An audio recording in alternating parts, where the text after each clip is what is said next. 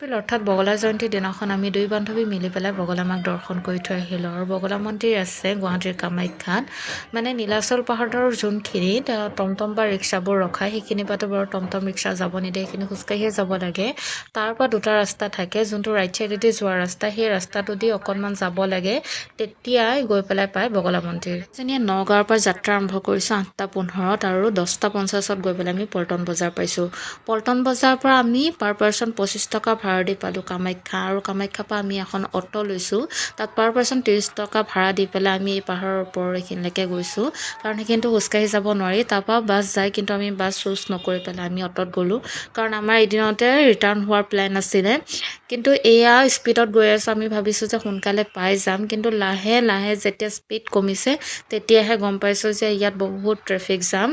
আৰু তাত বহুত ভক্তৰ ভিৰ আছিলে সেইদিনা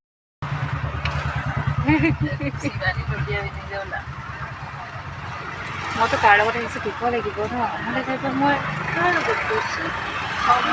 মোৰ বান্ধৱী অকণমান কেমেৰাটো ওলাবলৈ লাজ কৰে বাৰু সেইটো বাদ দিয়ক মই হ'লোঁ শিৱানী আৰু মোৰ প্ৰথমটো ইউটিউবৰ লং ভিডিঅ'লৈ মই আপোনালোক সকলোকে স্বাগতম জনাইছোঁ ইয়াৰে শ্বৰ্টছ এটা মই অলৰেডি আপলোড কৰিছোঁ আৰু এইটো হ'ল লং ভিডিঅ' আৰু আমি অট'ৰ পৰা নামি পেলাই অকণমান জাষ্ট আণ্টি এজনীক পালোঁ আণ্টিজনীয়ে আমাক ক'লে যে কোনফালে যাব লাগে চ' আণ্টিজনীৰ লগতে আমি গৈ আছোঁ আৰু ইয়াত বহুত ট্ৰেফিক জাম আছিলে আৰু এই আণ্টিক ফ'ল' কৰি অৱশেষত আমি পালোঁগৈ আৰু মাক দিবৰ কাৰণে আমি হালধীয়া চূৰ্ণি তেল আৰু প্ৰসাদ লৈছিলোঁ আৰু চাকি ধূপো লৈছিলোঁ আৰু এয়া আমি লাইন ধৰিছোঁ 12:15 আমি লাইন ধৰিছোঁ মানে এইটো চিধা ৰাস্তা মানে ওপৰৰ পৰা গৈ পেলাই এনেকৈ তললৈ গৈ পেলাই মন্দিৰ ভাগ আছে আৰু এয়া লাইন ধৰাৰ সময়ত আৰু আমি ভাবিছিলোঁ যে অকণমান গৈ পেলাই আছে যিহেতু আমি প্ৰথম গৈছোঁ ইমান অনুমান কৰিব পৰা নাই যে মন্দিৰটো কোন দিশত আছে পিছত আমাৰ আগত থকা বাইদেউগৰাকীয়ে ক'লে যে এনেকৈ নহয় ইয়াৰ আগত গৈ পেলাই মানে বহুতকেইটা চিৰি আছে তাৰপিছতহে মানে আমি মন্দিৰ দৰ্শন কৰিব পাম পৰিৱেশটো যে কিমান ধুনীয়া আপোনালোকক কেনেকৈ বুজাম নীলাচল পাহাৰখন কিমান ধুনীয়া হয়তো চবেই জানেই আৰু ইয়াত থকা যোনবোৰ শিলবোৰত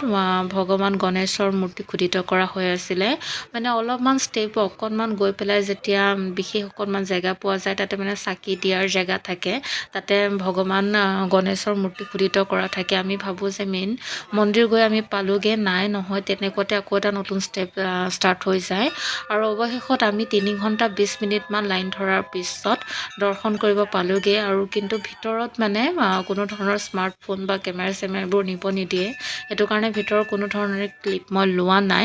মেইন মন্দিৰত কোনো ধৰণৰ চাকি বা ধূপ জ্বলাবলৈ নিদিয়ে মানুহে ঠায়ে ঠায়ে চাকি ধূপ জ্বলাই আহিছে আৰু আমিও চাকি ধূপ জ্বলাই আহি পেলাই আৰু এয়া শেষ মুহূৰ্ত মানে অকণমান বা দুটা ষ্টেপ পাৰ কৰি পেলাই আমি মাক দৰ্শন কৰিলোঁ বগলা মাক দৰ্শন কৰিলোঁ ন দুইজনীয়ে আৰু এতিয়া খাব লৈছোঁ ইয়াত আছে পুৰি চব্জি আৰু হালৱা